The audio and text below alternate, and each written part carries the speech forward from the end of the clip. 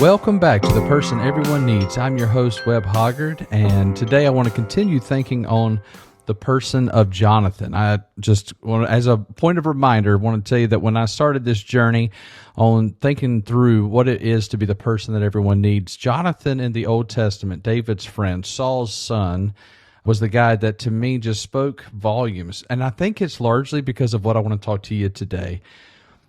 Jonathan's story, he only has about 4 major points in his life that is a big blip. The first one is inferred. It's not even a real story about Jonathan, but that his dad, Saul, one day gets anointed king, and that's what promotes Jonathan into this big favorable moment, is the fact that his dad becomes king. There's nothing recorded about Jonathan, nothing that is stated about him, but can you imagine one day waking up in your granddad's house, at your granddad's farm, and you're helping your father till the land and handle animals and stuff like that. And then one day it gets announced, your dad is the king, the first king of God's nation. Of course, this changed Jonathan's life. But what we know about Jonathan's character, most likely, he had been pretty consistently a decent person prior to his dad's lifting into leadership. But Jonathan takes it with a good stride. He's smart, he's wise, he is a hard worker, he's ready for the battles before him. When difficulties come his way, he seems to step into them without any issue whatsoever.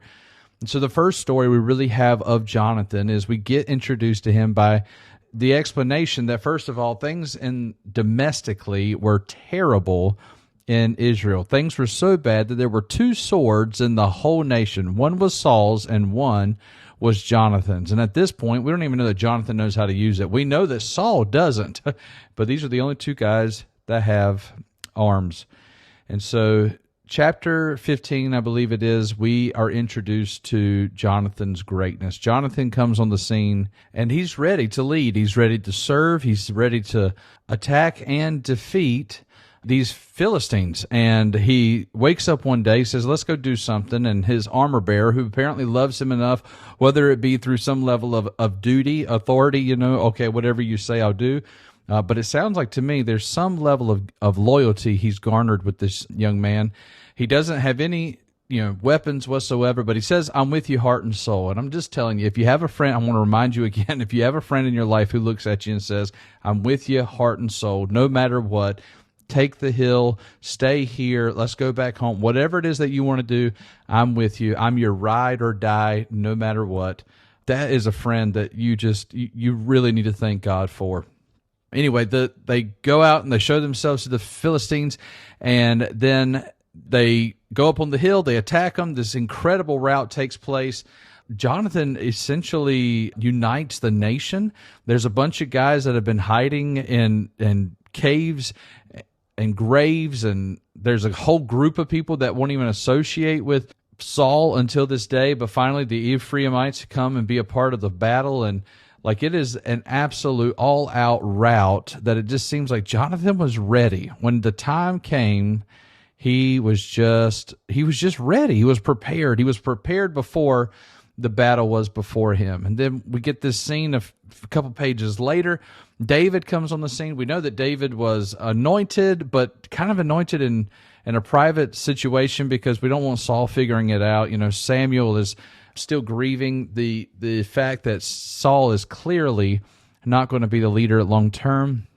So David comes to the battle, stands before Goliath, knocks Goliath down, kills him, cuts his head off, brings the head back, and on that day, it says that Jonathan recognized David and his heart was knit to him. Immediately he fell in love with David. Now, Saul promotes David because that's what you do to someone who helps you win war. He promotes him, but his heart wasn't quite as knit, especially in the fact that he was scared to death. He was really, really scared that David might come to some level of prominence, and we see that even more. This paranoia overtook him later, and it's really what killed his leadership.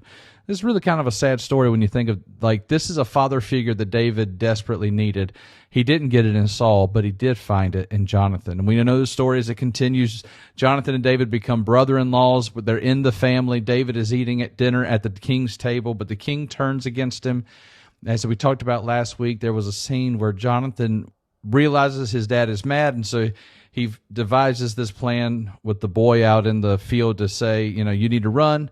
David comes back to Jonathan, hugs him, this sad, dramatic scene. David's on the run. So then Saul, for the next several years, is chasing down David. And one night, it seems like somehow Jonathan slips out of his camp and gets to where David is. And it says that he teaches David to strengthen his own hand in the Lord. It's a powerful point. It's a wonderful thought. Strengthen your hand in the Lord. He teaches him how to strengthen his hand in the Lord. And we know that he'll need it later when we get to Ziklag. But the next scene we have with Jonathan in it, they're in battle again, and it's the battle where Saul is killed, and Jonathan, he dies on the same day. Really, the last time we hear about Jonathan is in 2 Samuel, I believe, chapter 1. David is mourning the loss of his friend, and he talks about, oh, how the mighty have fallen, and he refers to his friend. The only other time we ever see any really glimpse of this is when David is blessing Mephibosheth based on the promises that Jonathan had made with David. So I say all that to say, I just told you the guy's entire life within about 4 minutes, and I probably even embellished a little bit there. The truth is, the moments that really define us, there is a lot of time in between those moments. Now, many of us right now, I don't know if you have small kids or not, or maybe you're not married right now and you say to yourself, I got all the time in the world, but at the same time, all of us are busy and all of us are wasting time on our devices in some form or fashion. And it seems like time is slipping away from us. And what I can tell you that I've found so far in my life as I look toward 40 years next year, there is far more potential for my time in the past than my future. I just want to say that again. If you're younger than I am right now, I just want you to know that right now, there's never, ever going to be more potential for what you should do with your time than what you have right now. In the future, you'll look back and say, I wish I would have done. I wish I had started. I wish I would have created. So right now is the highest level of potential, but it's also the lowest level of urgency. The older you get, the more urgent you get.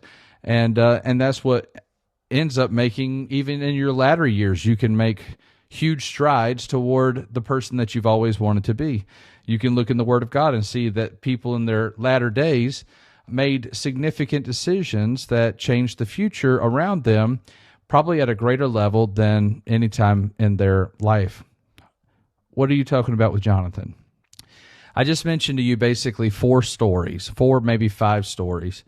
And that counts everything that we know that was in Jonathan's life. There were many days where he was just working in the field.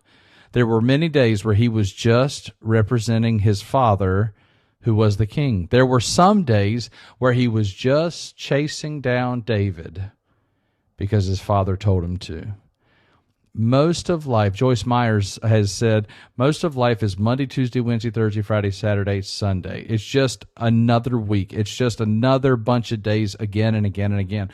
But what are you doing in those mundane, every single day type circumstances? What are you doing on those days to make sure that when the big days come, you're ready? This is called being faithful. See, spiritual people, they know that every day they have to pray. Not that every day is pregnant with potential and for big moments, but every single day I want to be prepared for what it is that God has for me. So I have to pray every day. I have to read His Word every day. I don't want to take a single day where I cut out of my life the ability to understand God's Word, His wisdom to me, what He has for me. I want to know the plans of God every single day. Okay, let's get out of the spiritual realm. Let's go further. Physically, if there's something I want to accomplish physically one day, then I need to make sure that I stay in shape. I need to get in shape, stay in shape. I need to do whatever I need to do to make sure that I'm ready for the moment that something might come up. I'll say it a different way. I'm going back to school to get my master's degree this year, because I have a desire to one day be a teacher, professor in college that would help encourage other ministers into the ministry. Well, I know this to be the case. If you're not prepared educationally, you will not be offered positions in education facilities. So I have to do what I have to do in the meantime so that that dream can stay alive in the eventual. What is it that you need to start doing today, every day? Maybe it's just a podcast you need to pick up and start catching on each week. Maybe it's reading the Bible. Maybe it's prayer. Maybe it's encouraging yourself to start a gratitude journal. Maybe you do need to consider going back to school or to get that certification or to knock on the door to see if there's a potential opening for the job that you've been dreaming of for a long time. Maybe you need to begin to search for ways for you to do the things that you enjoy the most and see if there's any inroads to you having great purpose in the things that you do every single day. The way that you know that you're going to meet your dreams and make a difference in other people's lives and then pave the road for the kinds of people that you want connected to you, the way you do that is by being faithful every day, hoping and believing that there will eventually be some big days. So, hey, I'm living in some pretty cool days these days. I'm recognizing all around me that the Lord has brought to fruition many things that I've been dreaming since I was a child. I'm so very thankful. I'm doing all that I can to try to find ways of celebrating these things. But I don't want to imply to you that it came because I dreamed them. It came because I was faithful. There were days I didn't feel like getting up and trying it again. There were days I wanted to give up. There were days I wanted to change the direction I was going to go. There were days that people hurt my feelings. There have been moments where my dreams felt impossible. And yet he's been faithful to me. You're not going to build the great dreams of your life in an instant. No matter what, you're going to have to build to be ready. Because one day, no matter what, all of us, no matter how mighty, we're going to fall. So are you spending your days like Jonathan, investing in people that might change the world beyond you? Are you being faithful and strong in the areas that you need to be? Are you ready for the battles of your life, that if they were to call on you today and you say, let's go do something, that it would be ready? You'd have those who are loyal to you, and you'd have the skills necessary to push back enemies. I know this to be the case. Those who know where they're going and they stay faithful to it, they're just like Jonathan. They're a person that everyone needs.